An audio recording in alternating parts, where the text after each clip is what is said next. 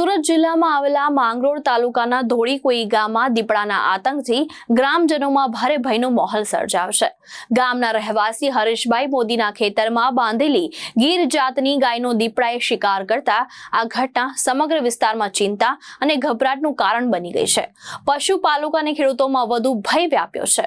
દીપડાએ ગાય પર હુમલો કરીને તેને મોતને ઘાટ ઉતારી હતી। આ ઘટના બાદ અસરગ્રસ્ત પશુપાલકે તાત્કાલિક વન વિભાગને જાણ કરી અને દીપડાને ઝડપવા માટે માંગણી કરી છે।